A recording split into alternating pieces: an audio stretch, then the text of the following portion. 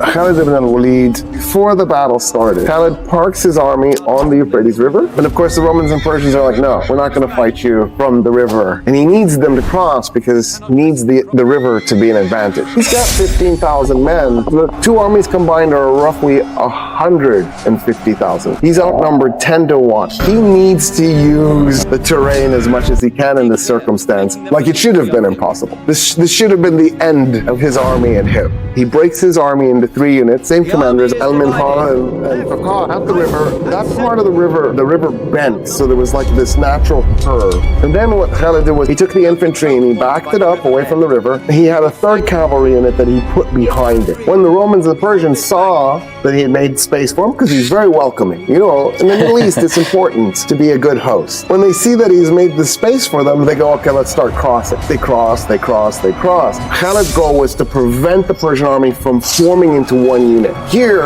he does the opposite. Now, he's trying to get the Romans and the Persians across in a really large number. He'll attack them when they're small. He waits till there's 50,000 men across. So they outnumber more than 3 to 1. And then he orders the attack. And then he takes his infantry and he runs them up against the Persians and the Romans.